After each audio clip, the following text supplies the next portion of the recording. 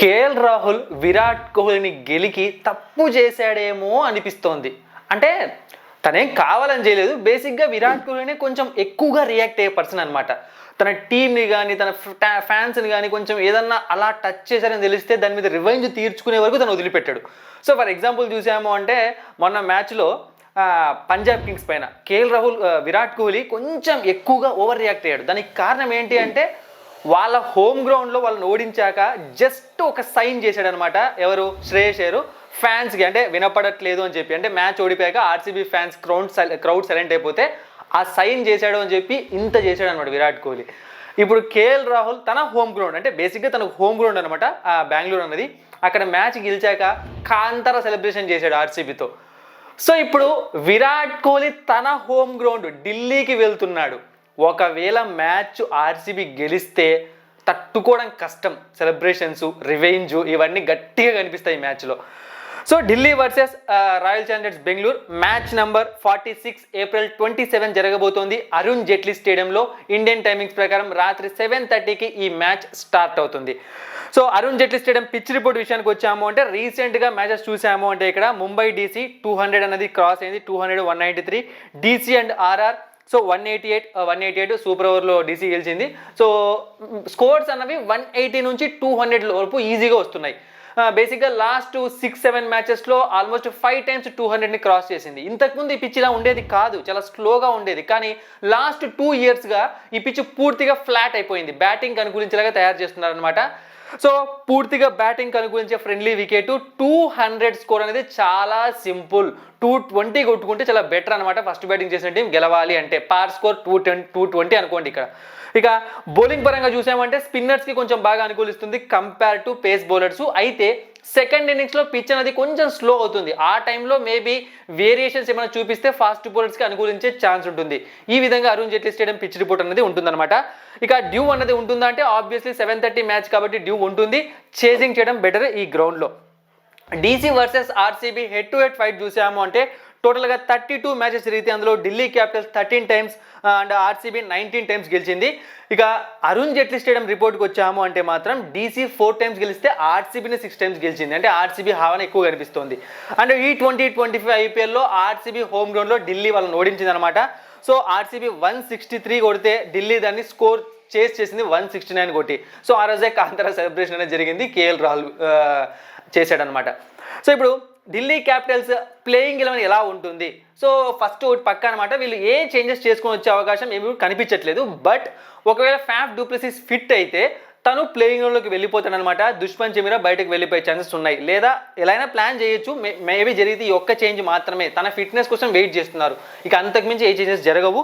So Abhishek Porel, Karun Nair, KL Rahul, Axar Patel, Tristan Stubbs, Ashutosh Sharma, Vipraj Nigam, Mitchell Starc, Kuldeep Yadav, Dushmantha Chameera, Mukesh Kumar, impact ప్లేయర్గా సమీర్ రిజ్వీ వచ్చే అవకాశం ఉంటుంది.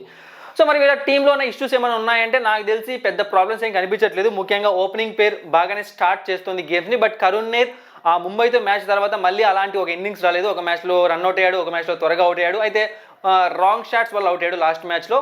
కాబట్టి ఈరోజు మేబీ ఒక మంచి ఇన్నింగ్స్ ఆడే అవకాశం కూడా ఉండొచ్చు. ఇక అభిషేక్ పొరెల్ యాజ్ యూజువల్ తన ఫామ్ని కంటిన్యూ చేస్తున్నాడు. ఇక కేఎల్ రాహుల్ ఐపీఎల్ ఎలాంటి ఫామ్లో ఉంటాడో మనందరికీ తెలుసు. ఐపీఎల్ స్టార్ట్ అయిందంటే మినిమం 500, 550, 600 రన్స్ చేసే వెళ్తాడు. అదే ఫామ్ని క్లియర్గా కంటిన్యూ చేస్తున్నాడు.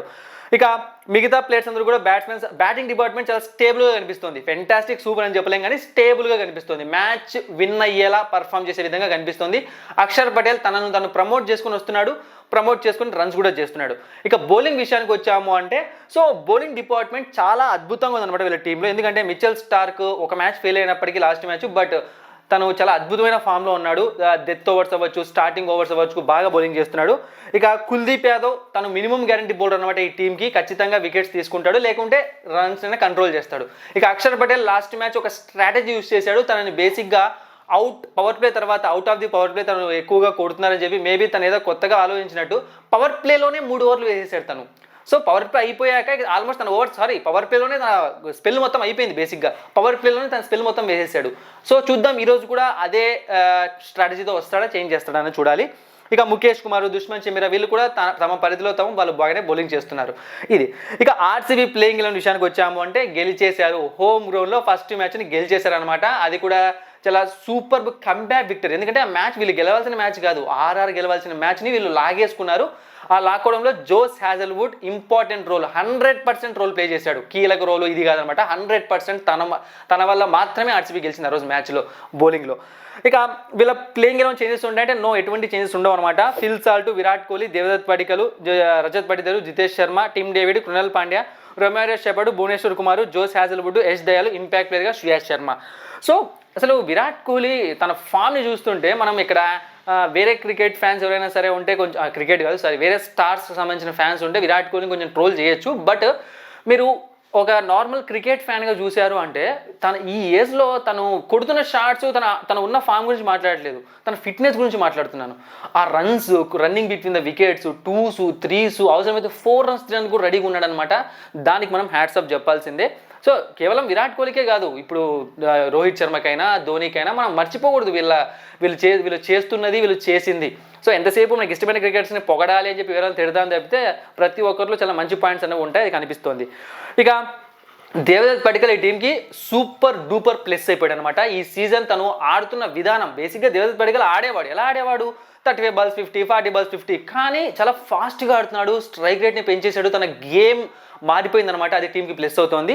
రజత్ పటిదార్ కొంచెం డౌన్ అయిట్ కనిపిస్తున్నాడు, బేసిక్గా 1 down పొజిషన్ పోవడం వల్ల ఏమో మరి తెలియదు, కానీ టిమ్ డేవిడ్, జితేష్ శర్మ అందరూ కూడా బాగానే బ్యాటింగ్ చేస్తున్నారు. బ్యాటింగ్ స్ట్రెంత్ బాగా కనిపిస్తుంది. అయితే ఫిల్ సాల్ట్ ఏదో 1-2 మ్యాచ్లు అంటే ఓకే, కానీ ప్రతి మ్యాచ్ ఫెయిల్ అవుతున్నాడు, చూసుకోవాలి కొంచెం. ఎందుకంటే ఫిల్ సాల్ట్ పైన ఎక్కువగా నమ్మకాలు ఉన్నాయి.